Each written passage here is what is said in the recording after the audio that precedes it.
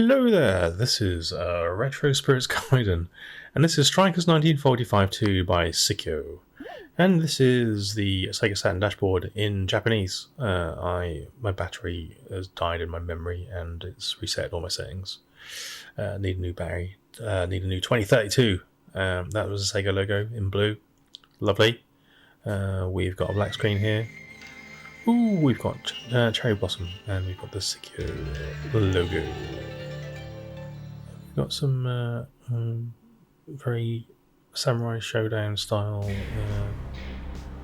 don't know, kind of like singing, I suppose, in a way. We've got an FMV here, we've got a Flying Pancake style aircraft, and a German style aircraft, Japanese voiceover. It's very grainy and low res, this FMV. Makes you wonder why they bothered, doesn't it? But they did. So there you go. This is a late Saturn release. This is 1998, this game. And Strikers games are vertically scrolling shoot-em-ups, and they came out on multiple formats, including the PlayStation. And in fact, you can get both games on one PlayStation disc for the PAL PlayStation fairly cheaply. But I imagine they'll be bordered. This game I purchased recently, which I shouldn't have, because I had it back in the day, I didn't like it and I sold it. But I don't know what came over me. The collector in me came out, which is the bad part, and I decided to buy it again. And to be fair, I wish I probably hadn't. It's too much money. So this cost me 60 quid, and essentially I'm not that pleased with my purchase. The reasons I sold it in the first place are all still apparent, and it was possibly a little bit of a mistake. If you like vertical scrolling shoot-em-ups and you want a World War II themed warplane vertically scrolling shoot-em-up on your Sega Saturn, get Strikers 1945, get the first one. It's far superior to the second one, which is odd. So there you go, 1997, 98. What lets this version of the game down, specifically on the Saturn? We're going to play original 1 first, by the way. We're going to play the that mode there. Is the slowdown, the slowdown of the game. The game slows down quite a bit. The graphics are ugly, and it's got some pretensions of bullet hellness about it, like it throws the flak around, and it's quite difficult. But you can see here that the graphics are fairly ugly. Now, I've not played the arcade machine, so I don't know if the Saturn version is identical, but it's got that horrible pre-render look to it, and the graphics are really noisy, kind of low res, just horrible renders. I mean, the pixel art in the first game was much nicer, even though that did have some pre-rendery stuff in it. But this has got the look of something which has been compressed to within an inch of its life. It looks very JPEG-y or something. It's just not a good looking game. Like I said, it's got technical issues. It slows down quite a bit in a lot of places. They do some things in here which are unusual for a Saturn. They use transparency layers, which is nice. There's a sort of transparent clouds level, which you know looks okay because it's got transparency on it, but it's still like a pre-rendered awfulness. We've got transforming bosses in the Psikyo way, so Gunbird-like. Yeah, it's all right. It's an alright game to play. It's, like I said, just harder than a lot of other games in this kind of genre, and it's just ugly. We've got net effect there, and we have transparency as well on certain parts, which is strange. Did that aircraft just fire a V2 rocket? up the screen. I think it did. That's nice. So we've destroyed some sort of robotic ship thing there. All the bosses, as usual in Psikyo games, change into robots. Here we go, look, there's some alpha clouds. Lovely stuff. But doesn't stop the graphics being ugly though, does it? Never mind. Yeah, so original 1 as a screen proportion works okay. It's not bad.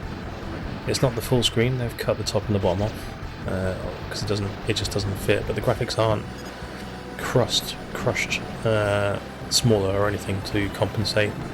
They just cut the top and bottom off. So it's actually doesn't look too bad. It makes it harder. There's less screen real estate to move around. Yeah.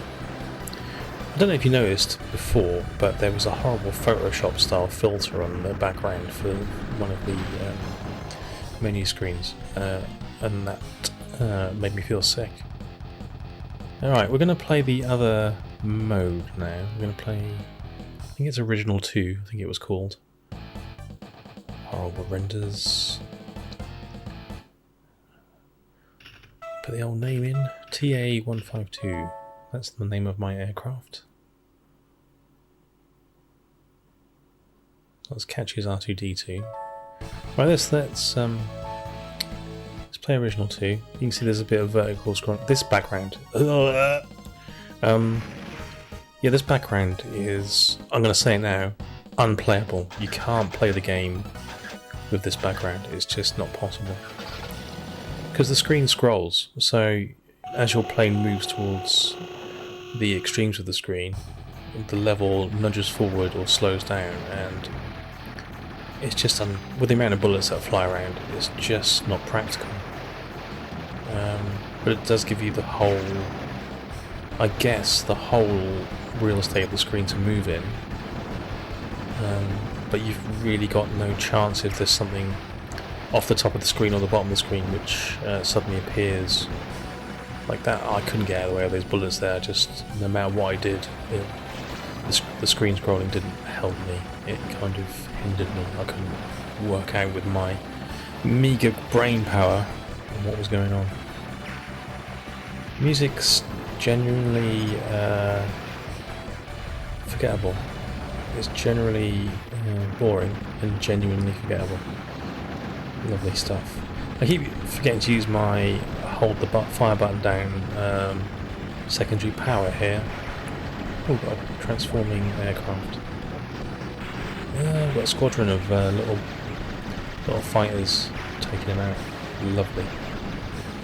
Some of the bombs in this are quite inventive. I like that. That was good. The giant V2 rocket, not so much.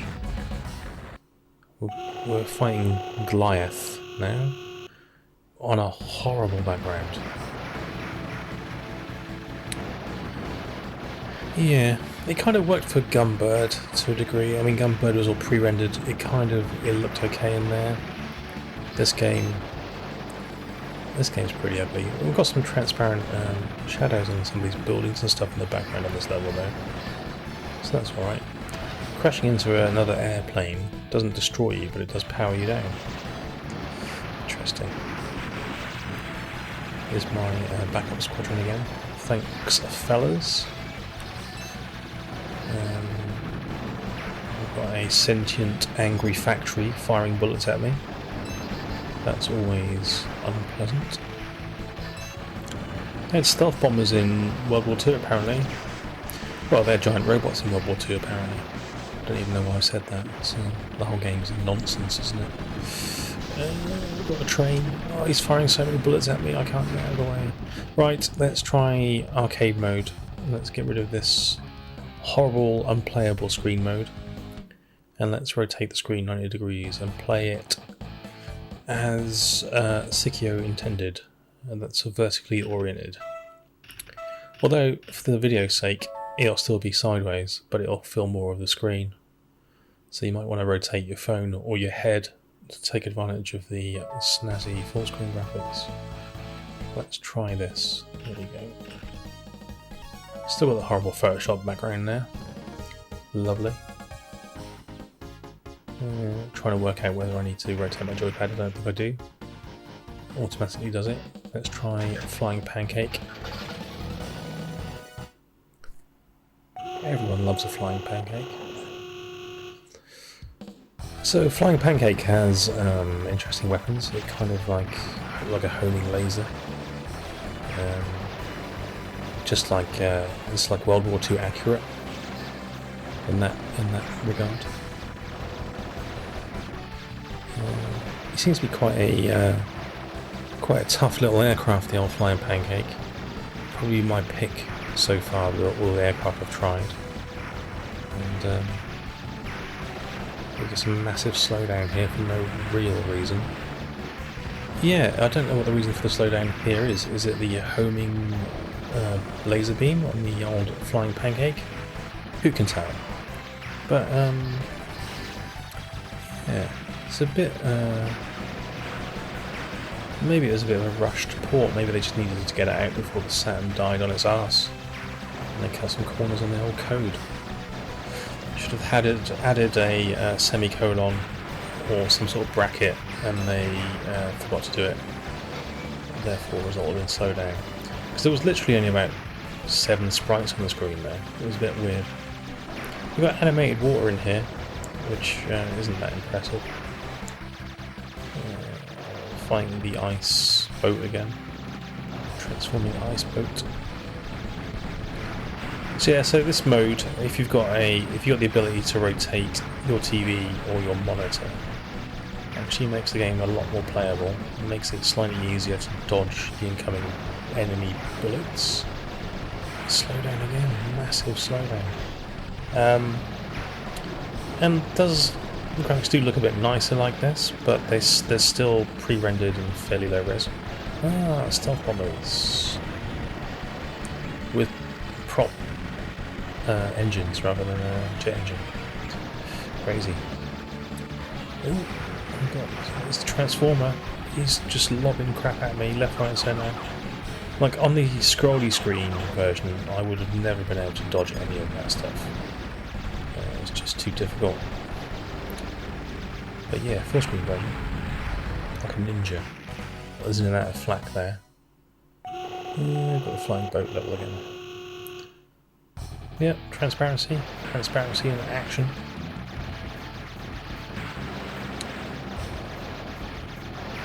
Yeah, so this game is going to cost you these days on the Sega Saturn 60 odd quid. Now, if you've got a Switch, you can get a cartridge which has this and the prequel and some other vertically scrolling shoot 'em ups on it. I can't remember which ones they are now off the top of my head.